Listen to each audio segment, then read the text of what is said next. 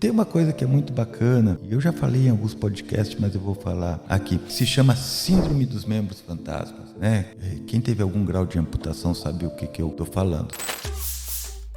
Na síndrome dos membros fantasmas, você tem amputação de alguma parte do teu corpo, de algum membro, né? E você continua a ter percepções de sensações ocorrendo nesse membro, né? E o cara sente mesmo, né? Sim, ele tem uma sensação neurológica, né? Eu acho legal quando você fala assim, a pessoa sente mesmo, como se a nossa realidade fosse uma coisa inquestionável. Sim. A nossa realidade, apesar de compartilhada, ela é uma construção. Uhum. A nossa realidade só existe dentro do sistema nervoso central, certo? E ela é construída a partir de uma série de formações de energias do ambiente. O cérebro organiza esse ambiente e constrói um mapa em relação a essas formas energéticas. E a gente chama isso de realidade externa, mas na verdade é um conjunto de procedimentos orgânicos, de comportamento de neurônios que nos permite interagir com essas formas energéticas. Quer ver um exemplo bacana disso? Bom, a gente está em Brasília. Em Brasília esse exemplo não vai funcionar muito bem, mas vamos lá. Onde é que a gente tem água aqui? Em Brasília? Não, aqui, nesse ambiente. Nesse ambiente nós temos no ar que respiramos, também temos dentro dos copos e dentro da gente. Perfeito, mas onde é que a gente percebe a água? A gente percebe no copo. Por quê? Porque está mais evidente. Não, porque é a única que a gente pode utilizar. Você não consegue beber a água que está no ar. Puxar ela, você não consegue usar ela para lavar suas mãos.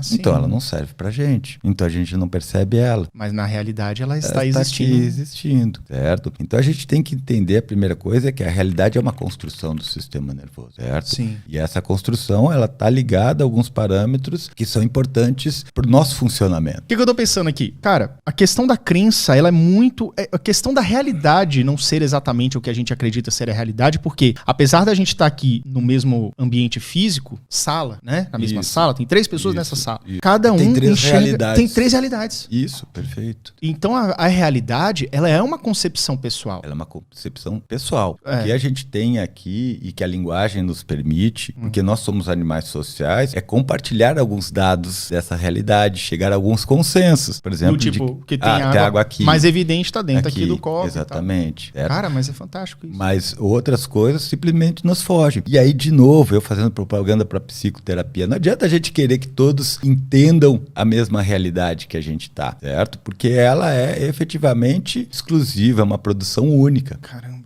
Né? De certa maneira, a gente consegue alguns consensos para poder trabalhar conjuntamente, trabalhar em equipe. Mas, obviamente, cada um de nós 3 aqui percebe, sente, até percebe mesmo as coisas de maneira completamente diferente, certo? Bom, mas isso não quer dizer que cada um vive num mundo à parte. De maneira nenhuma. Nós temos sistemas nervosos com estruturas muito parecidas, redes neurais que funcionam de forma similar, conjunto de neurotransmissores que têm as mesmas funções, né? Então é bem provável que muitos aspectos da nossa realidade sejam comutáveis, ou seja, eles sejam, de certa forma, passíveis de nós chegarmos a um consenso. Mas, em algumas situações, por alterações nessa própria estrutura, a gente pode ter divergências nessa percepção. Sim. Certo? Faz muito sentido. E aí eu me pego numa questão também que é o seguinte, falando sobre vícios, tá? Vícios no seguinte sentido, por exemplo, a pessoa que está querendo fazer dieta e ela sabe, ela já tem uma concepção de assim, eu preciso modular o meu ambiente. O que é modular o ambiente? Eu sei que o ambiente, na sua concepção, vem até da pessoa, mas vamos botar uma maneira mais simplória. Cara, se eu não posso comer chocolate, eu não vou comprar chocolate. Óbvio. Porque se tiver ao alcance da minha mão, eu vou botar na boca. Perfeito. Já tô melhorando a parada. O cara sabe disso, mas ele vai lá no mercado e compra um batonzinho. Ele não consegue ficar uma semana sem ir no bendito mercado e comprar um negócio. Então o cara, ele tá se sabotando ou ele tem uma rede neural tão forte? Você se sabota? Eu acho que eu me saboto. Pela concepção de autossabotagem minha, da minha realidade. Eu já tô começando a sacar isso aí. Por favor, me explica a tua concepção de autossabotagem. A minha autossabotagem é o seguinte, eu sei o que eu devo fazer, mas eu não faço. E por que você não faz, Yuri? O que você ganha não fazendo o que você deve fazer? Eu devo ter algum ganho, senão eu deixaria de fazer. Ou o que você evita fazendo? Eu evito ter sucesso. Por exemplo... Evita ter sucesso? Na minha concepção também. Qual é o sucesso? Perder 5 quilos. Qual o caminho? Cortar o doce. O que eu não faço? Cortar o doce. Eu reduzo, mas eu teimosamente vou lá e compro um negocinho. E o que você ganha perdendo 5 quilos? Ganho uma autoestima, uma autopercepção melhor, leveza, sono melhor. O que você faz com isso? Eu não tenho certeza. Por isso que talvez seja tão difícil de você deixar de comer o chocolatinho, porque às vezes os teus ganhos não estão claros para você.